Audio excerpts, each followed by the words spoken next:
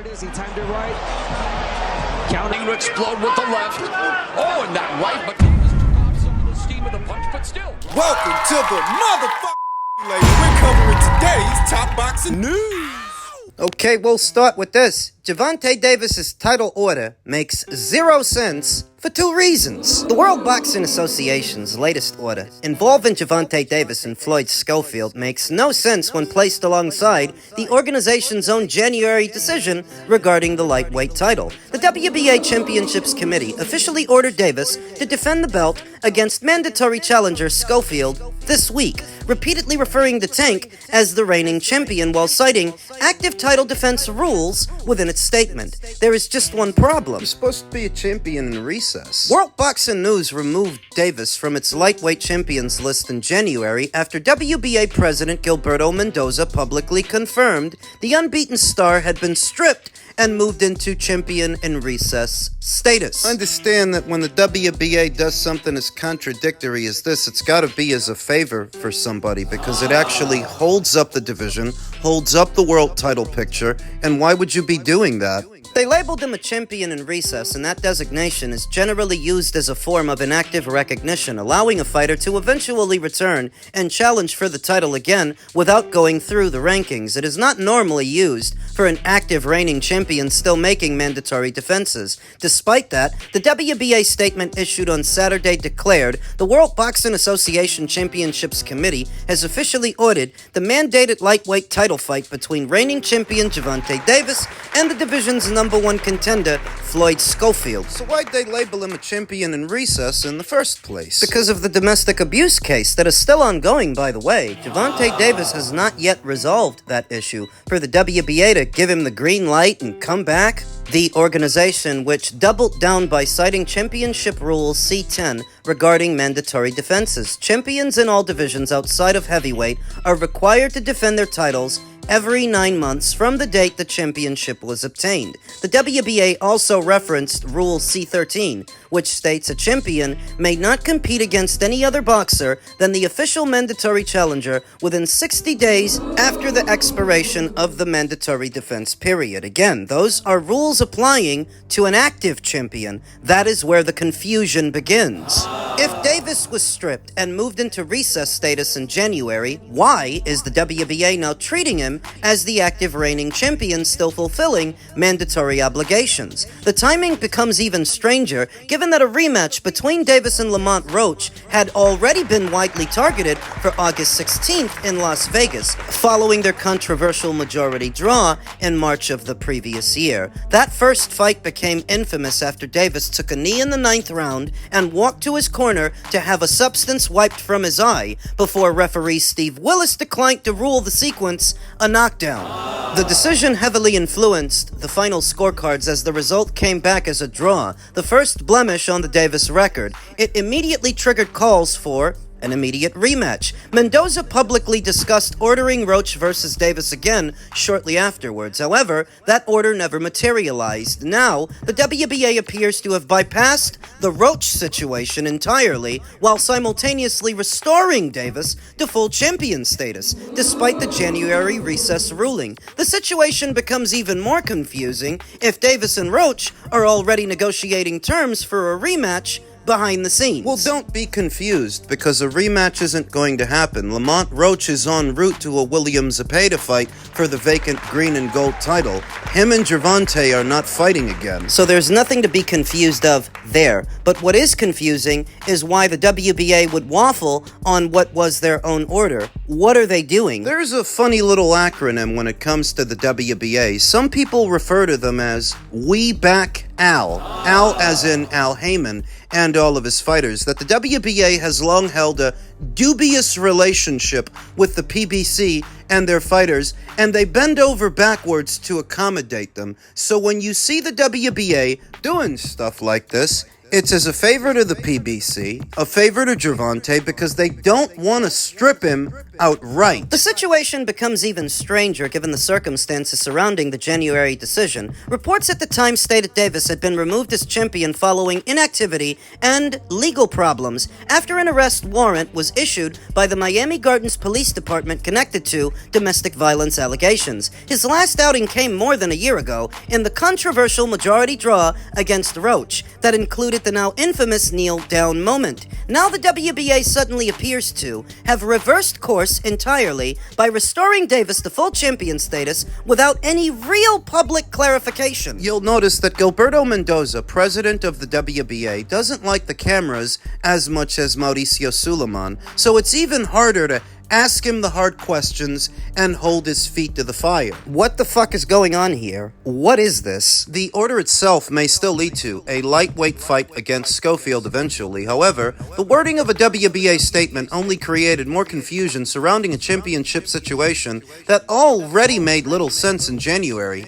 If Davis was stripped, how is he suddenly the reigning champion again, and why is he ordered to defend it when deep in conversation with another fighter? Well, first, let's establish something. When they label a champion in recess, he's not actually stripped of his title. As soon as the champion is able to fight again, they can fight for the title straight away. So Gervonta Davis was never actually stripped. What he was labeled was inactive, in recess. So then the question becomes, why was he labeled a champion in recess? And it's because of the ongoing domestic abuse case that has still not been resolved. In other words, they should have never ordered this fight, and another fight should have been ordered between Floyd Schofield and some other fighter for the vacant title. Okay then, so why wasn't it? Because the WBA would prefer that Gervonta Davis hang on to that belt. They would prefer that he stay their champion. They figure they get bigger sanctioning fees from his fights than they would Floyd Schofield's or Lucas Body's, so they're still doing the PBC fighter a favor. In a manner of speaking, they are, even if that PBC fighter isn't fighting and isn't getting them sanctioning fees. It's a little hard to imagine that this is the WBA holding Gervonta Davis's feet to the fire for a fight that probably won't even happen. It's obvious by now they didn't really strip him. Not if they're now ordering him to defend that title that they never stripped him of. Things don't seem to be going smoothly between Gervonta Davis and Team Schofield. A screenshot of correspondence between Gervonta and Floyd Schofield Sr. Gervonta Davis wasn't none too pleased, saying, "Guys are gay, up early in the morning for this shit. You've got to do better as a father. You're too old to be moving like a monkey. What happened when your kid was supposed to fight overseas? You pulled out. You're another Sean Porter and his daddy, you old gay-ass man." Gervonta Davis calling somebody gay, that's rich. You old gay-ass man, living off his son. Get your gay dick-sucking ass on. Needless to say that Gervonta Davis is not happy about this order or having to deal with the Schofields. It's all by way of the WBA, who I think they don't really want to strip Gervonta, because if they did, they would have by now. Ordering him to defend that title means you didn't strip him. So does the fight between him and Floyd Schofield happen? I don't know, but Gervonta Davis clearly isn't happy about it. He's not happy about the order. He's going after Floyd Schofield's father over what is a fight that the WBA ordered. Keeps calling him an old gay guy like he's not pretty gay himself. I mean, this is a guy who paints his toenails and makes googly eyes at Caucasian reporters. This is the guy who was hugged up with Adrian Broner in the club, blowing kisses at him. Gervonta Davis sees something in Floyd Schofield Sr. that he recognizes. It's something that he sees in himself. Yeah, Floyd Sr., he's pretty gay. So are you. Are these guys gonna fight or not? Probably not, because Gervonta Davis's legal situation involving that domestic abuse case, it hasn't been resolved. We haven't seen any training footage of Gervonta Davis returning to camp and preparing for a fight. The most recent video upload of Gervonta Davis was at some club dancing around with some white woman. Why are so many people under the impression that Gervonta Davis is on the eve of returning when all the evidence is to the contrary? And just focusing on him and the adverse reaction he's having to what is an ordered fight against the Schofields, what does this little butterball expect? That you get to hang on to that title and you ain't gotta fight, you ain't gotta defend it, you ain't gotta do nothing, you just get to hold it for the sake of holding it? You know, a lot of boxers can be petulant, like a small child, and some, like Gervonta, are dumb as a box of fucking rocks. He's never wanted to meet any expectations. He used to get offended. He used to get mad when they asked him about fighting Vasyl Lomachenko, when Vasyl Lomachenko was in his prime. Fast forward a few years and he had those same reactions to a Shakur Stevenson fight. He wasn't crazy about fighting him. He used to get offended whenever you asked him about fighting him. Now he's mad. Why are you mad? Because the WBA is ordering you to fight Floyd Schofield? Well, you still got that title. What do you expect? If you don't want them bothering you, just drop it yourself. Don't even leave it up to them. Just drop it. Let it go, and they can't bother you. They can't order you to do nothing. You fucking pussy. You know what I notice? You don't hear about stupid stories like this one over there in the Far East, in the Asian boxing scene. You don't hear about stories like this in the Southern Hemisphere either, in the land down under with the Aussies. You don't hear stories like this about the Brits. Stupid fucking story like this one about what is a protected fighter that's getting one too many favors. You don't hear stories like this about the fighters across the pond. It's only with the Americans. What is this brazen chicanery? This little butterball hasn't boxed in over a year. He's got legal matters to tend to where you shouldn't even be looking in his direction for a fight. And by all rights, he should have been stripped. Outright stripped of the title a while ago. The fact you're ordering him to fight means he hasn't. But he should have been. So now you're ordering a fight, dragging this out, when all you really have to do is just take the belt from him because he's been out too long, because his legal situation hasn't cleared up. You can strip him right now! Do it. Is WBA too much of a big fucking pussy to do what needs to be done? Gilberto's just a bitch. Punk-ass bitch. You're Al Heyman's lapdog, you little fruitcake. You're just a fucking pussy. Gervonta Davis is calling Floyd Sr. an old queen like he's not one himself. Is my pussy part severely? These guys are all a bunch of fucking fairies is what they are. And yours though? All of these tough inner-city street kids sagging their pants so you can see the inside of their asshole. When did the American boxer become such a fucking pussy? American fighters, man. They just ain't what they used to be. In a separate World Boxing News article, another American heavyweight hopeful wiped out by one punch. Richard Torres Jr.'s rise as America's leading heavyweight hope lasted exactly 1 year before Frank Sanchez brutally brought it crashing down beneath the pyramids at Giza. Torres briefly became the highest-rated United States heavyweight in the World Boxing Council's rankings on May 23rd of the previous year, when he moved above Deontay Wilder following his victory over Guido Vianello. Deontay, who once said if he were able to get pregnant like a woman could, then he would as well. Further indication that the American boxer just isn't what he used to be. Back over to Richard. Exactly 12 months later, the unbeaten Olympic silver medalist suffered the first defeat of his professional career in devastating fashion. Sanchez laid out Torres with one sickening thud in the second round of their IBF final eliminator. And it actually hurt me to see that, because I actually like Richard Torres, and I had high hopes for that kid. I thought he could go all the way, but I was wrong. The Cuban contender completely separated Torres from his senses with a shuddering shot to the temple, despite the American starting brightly during the opening stanza. Torres crashed backwards violently as his head slammed against the canvas in alarming scenes. Why the referee even bothered counting remains a mystery after Torres stumbled and fell twice while trying to regain his footing. Music immediately blasted around the arena despite nobody fully knowing how badly hurt the 26-year-old actually was.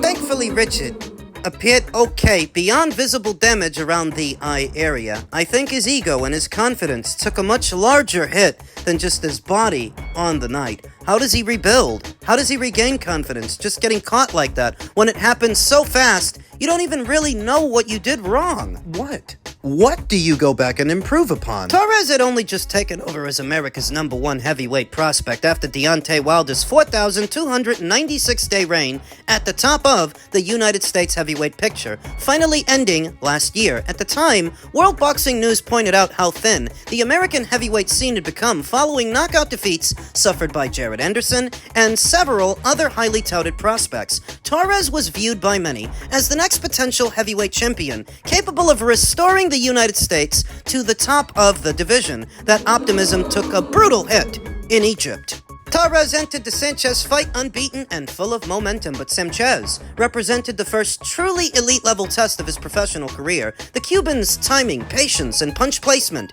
immediately exposed the danger Torres faces against experienced world-level heavyweights. Torres was briefly America's #1 heavyweight exactly 1 year earlier, after overtaking Wilder in the rankings. Exactly 12 months later, his world came crashing down under the lights in Giza. Why can't America produce the same caliber, the same class of heavyweights that they used to? And some people think it's because the American big man is off playing other sports that are safer and earn them more money than boxing would, than boxing could. And that could be a part of the reason, but not the only part, because I happen to think it's also that the American, he got softer. Boxing is often referred to as the greatest microcosm for life, and when you look around at the landscape and what the youth is really into, what are the kids like these days, it's no wonder we're not producing world-class boxers in the same abundance we used to. Now for Sanchez, The Cuban, the victor, the win completely revives his own heavyweight ambitions after questions surrounded his future following defeat to Agit Caballel. The Cuban contender reminded everybody why he was once viewed as one of the most avoided fighters in the division. For Torres, far bigger questions now need answering. Heavyweight boxing has always forgiven one defeat, especially for young contenders, but the manner of the knockout and the way Sanchez dismantled him physically will inevitably reignite doubts surrounding the future of the modern American heavyweight scene. These are just my thoughts. Boxing is definitely the best microcosm for life itself. It's the best parallel, because when you look across this American landscape and what the youth are like these days, what they're like now versus what they were like before they aspired to masculinity, to courage, to bravery, whereas now you had kids who actually aspired to one day be the baddest man on the planet, and that's not what these kids today aspire to. They settle into their own failures, their own weaknesses, their own mediocrity. they don't aspire to much, because they're comfortable being incels and fucking losers. So if you don't have a deeper talent pool to draw from in the United States that might produce better heavyweights than a Jared Anderson and a Richard Torres, that's why. It's because America's gone soft. It's because Americans aren't the fighters that they used to be. When you see a fucking pussy like a Gervonta Davis, or a serial time waster like Floyd Schofield, a sissy like Devin Haney who can't even punch hard, Or a dickbag like Ryan Garcia. these guys fucking suck, man. They all suck! It's not a direct commentary on Richard Torres and the kind of fighter and the kind of man that he aspired to be. I like that kid. I like how he carried himself. But if we don't have a deeper talent pool to draw from that offers more than a Jared Anderson and more than just a Richard Torres, I think that's why. I think it's because America's gone soft. It's not just because the American big man is playing other sports. Generally, it's because the American youth doesn't want to work hard towards anything. And to be a boxer, to be a successful one, you have to work hard. There's no way you make it in this sport half-assing it. It's gonna be damn hard to do it, let's put it that way. In spite of its rich history and offering the sport some of the greatest fighters it's ever seen, those days are long gone. The American boxer is not what he used to be. And unfortunately, we were reminded of that this past Saturday when Richard Torres, our American hopeful, was laid out on the canvas like a pair of Sunday church slacks. It just is what it is.